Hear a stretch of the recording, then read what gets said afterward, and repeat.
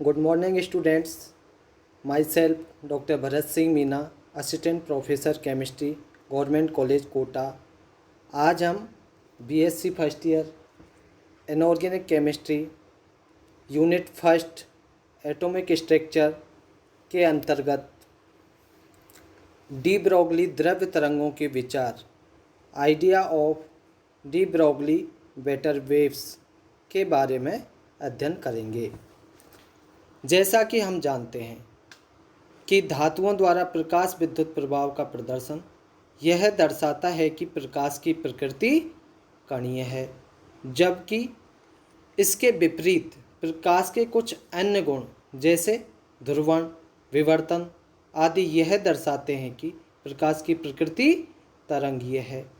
इन दोनों तथ्यों से निष्कर्ष निकालकर आइंस्टीन ने कहा कि प्रकाश की प्रकृति द्वैत होती है। कभी वह तरंग की भांति व्यवहार करता है तो कभी उसका व्यवहार कणों जैसा हो जाता है। डी ब्रोगली ने परमाणु के बोर संबंधी सिद्धांत, प्लांक के क्वांटम सिद्धांत और आइंस्टीन के प्रकाश की द्वैत प्रकृति वाले सिद्धांत को ध्यान में रखते हुए अपना द्रव्य तरंगों का सिद्धांत प्रस्तुत किया। डी ब्रोगली सिद्धांत के अनुसार जिस प्रकार प्रकाश की प्रकृति द्वैत होती है, अर्थात वह एक ही समय में कण तथा तरंग दोनों की भांति व्यवहार करता है, उसी प्रकार इलेक्ट्रॉन के समान द्रव्य के कण भी द्वैत प्रकृति के होते हैं। इलेक्ट्रॉन भी प्रकाश की भांति एक ही समय में कण तथा तरंग की भांति व्यवहार करते हैं। इलेक्ट्रॉन की तरंगों को ही डी ब्रोगली ने द्रव्य तरंगों का नाम दिया। अब डी ब्रोगली समीकरण व्युत्पत्ति और डी ब्रोगली तरंग दैर्घ्य, इन दोनों के मध्य के संबंध को डी ब्रोगली समीकरण द्वारा दर्शाया जा सकता है। डी ब्रोगली ने कहा कि प्लांक समीकरण के अनुसार किसी तरंग अथवा विकिरण के ऊर्जा एवं आइंस्टीन समीकरण E बराबर mc² के अनुसार किसी कण की ऊर्जा एक दूसरे के तुल्य होनी चाहिए। E बराबर h न्यू प्लांक समीकरण समीकरण नंबर 1, E बराबर mc² आइंस्टीन समीकरण समीकरण नंबर 2। समीकरण 1 तथा 2 से h न्यू बराबर mc², h new upon c बराबर mc। समीकरण नंबर 3, हम जानते हैं कि न्यू बराबर c अपॉन लैम्डा। समीकरण नंबर 4, जहाँ c प्रकाश का वेग, v आवृत्ति, लैम्डा तरंग दैर्घ्य। समीकरण 3 तथा 4 से h upon c into c upon lambda बराबर mc या h अपॉन लैम्डा बराबर mc या लैम्डा बराबर h अपॉन mc। समीकरण नंबर 5, जहाँ c प्रकाश का वेग है और किसी प्रकाश के कण के लिए mc का मान वही होता है जो किसी साधारण कण के लिए mb का मान होता है। अतः एक साधारण कण के लिए लैम्डा बराबर h अपॉन mb। समीकरण नंबर 6, समीकरण 6 ही डी ब्रोगली समीकरण अथवा डी ब्रोगली तरंग समीकरण कहलाता है। इस समीकरण के अनुसार mb बराबर h अपॉन लैम्डा, अर्थात इसे हम इस प्रकार से भी लिख सकते हैं, द्रव्यमान इंटू वेग बराबर h अपॉन तरंग दैर्घ्य या संवेग बराबर h अपॉन तरंग दैर्घ्य या संवेग इन्वर्सली प्रोपोर्शनल टू 1 अपॉन तरंग दैर्घ्य।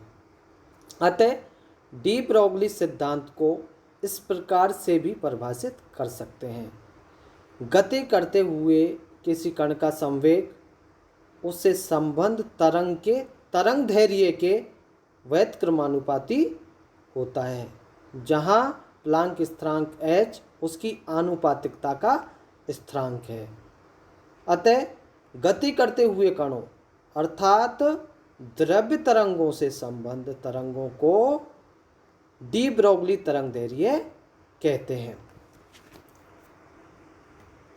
द्रव्य तरंगों और विद्युत चुंबकीय तरंगों के बीच अंतर। विद्युत चुंबकीय तरंगें में इलेक्ट्रिक और मैग्नेटिक फील्ड्स जुड़े होते हैं, जबकि द्रव्य तरंगों का कोई विद्युत और चुंबकीय क्षेत्र नहीं होता है जो उनसे जुड़ा होता है। ये तरंगें आसानी से निर्वात से गुजर सकती हैं, जबकि द्रव्य तरंगें निर्वात से नहीं गुजर सकती।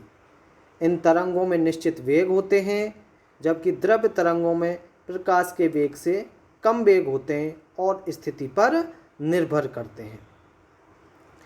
विद्युत चुंबकीय तरंगों को तरंगदैर्घ्य को आसानी से मापा जा सकता है, जबकि द्रव्य तरंगों की तरंगदैर्घ्य को आसानी से नहीं मापा जा सकता। विद्युत चुंबकीय तरंग अंतरिक्ष में किसी स्रोत से उत्सर्जित होती हैं, जबकि द्रव्य तरंग भौतिक कणों से जुड़ी होती हैं, वे भौतिक कणों के बिना मौजूद नहीं होती।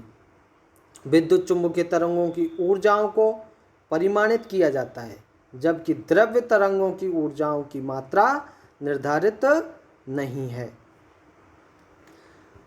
डी ब्रोगली समीकरण की उपयोगिता। डी ब्रोगली समीकरण की सबसे महत्वपूर्ण उपयोगिता परमाणुवीय संरचना में है। बोर ने अपने परमाणु के मॉडल में जो अभिग्रह दिए थे, उनमें से एक था कि इलेक्ट्रॉन का कोणीय संवेग h/2π का पूर्णांक गुणज होता है। बोर सिद्धांत में तो इसका कोई स्पष्टीकरण नहीं है, किंतु डी ब्रोगली सिद्धांत के आधार पर इसे आसानी से समझा जा सकता है। माना कि एक इलेक्ट्रॉन वृत्तीय पथ में घूम रहा है।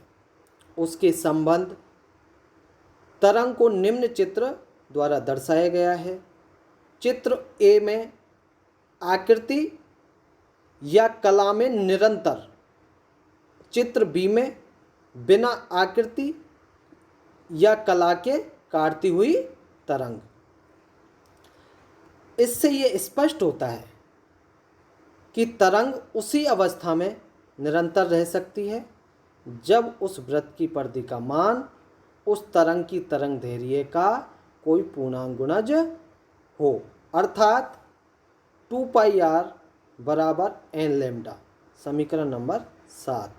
समीकरण 7 में लैम्डा का मान समीकरण 6 से रखने पर 2πr बराबर n लैम्डा अपॉन mb, अथवा इसे हम इस प्रकार से भी लिख सकते हैं mbr बराबर nh अपॉन 2π।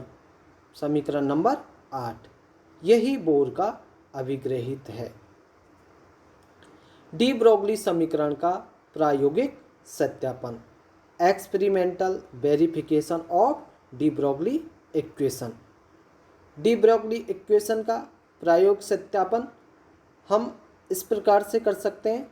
माना कि एक इलेक्ट्रॉन जिस पर ई आवेश है विभव v द्वारा त्वरित होता है, तब इसकी गतिज ऊर्जा किसके बराबर होगी? ev के बराबर होती है। हम जानते हैं कि इलेक्ट्रॉन की गतिज ऊर्जा को 1/2 mv² से भी प्रदर्शित कर सकते हैं, जहां v इलेक्ट्रॉन का वेग है। अतः हम इसको इस प्रकार भी लिख सकते हैं 1/2 mv² बराबर ev, या v² बराबर 2ev अपॉन m, या v बराबर √2ev अपॉन m। समीकरण नंबर 9। b के इस मान को डी ब्रोगली समीकरण 6 में रखने पर लैम्डा बराबर h upon bracket 2v(em) bracket बंद 1/2। समीकरण नंबर 10। समीकरण 10 में सब स्थिरांकों के मान रखने पर, जहां v वोल्ट में विभव त्वरित विभव है, लैम्डा बराबर 12.26 इंटू 10⁻⁻10 √v(m) बराबर k अपॉन √v आता है। या इसको और हल करें तो lambda inversely proportional to 1/√b होता है।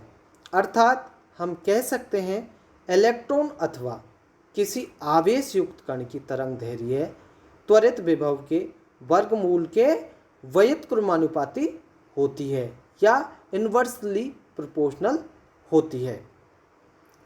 डेविसन तथा जर्मर का प्रयोग। डेविसन तथा जर्मर ने अपने प्रयोग द्वारा डी ब्रोगली समीकरण का सफलतापूर्वक सत्यापन किया। उन्होंने अपने एक उपकरण के द्वारा सरल रेखांकित चित्र बनाकर यह दर्शाया गया है कि एक गर्म तार, यहाँ इस चित्र के माध्यम से आपको ये दिखाई दे रहा है, एक गर्म तार से इलेक्ट्रॉन का उत्सर्जन होता है जिन्हें एक स्लिट पर एक पतले पुंज के रूप में प्राप्त कर लिया जाता है। इस इलेक्ट्रॉन पुंज को 40 to 68 वोल्ट तक की आवेशित पत्तियों द्वारा त्वरित करके एक निकिल क्रिस्टल पर भेजा जाता है। त्वरित इलेक्ट्रॉन से संबंध तरंगों का तरंग दैर्ध्य एक्स किरणों के परिसर या रेंज का होता है।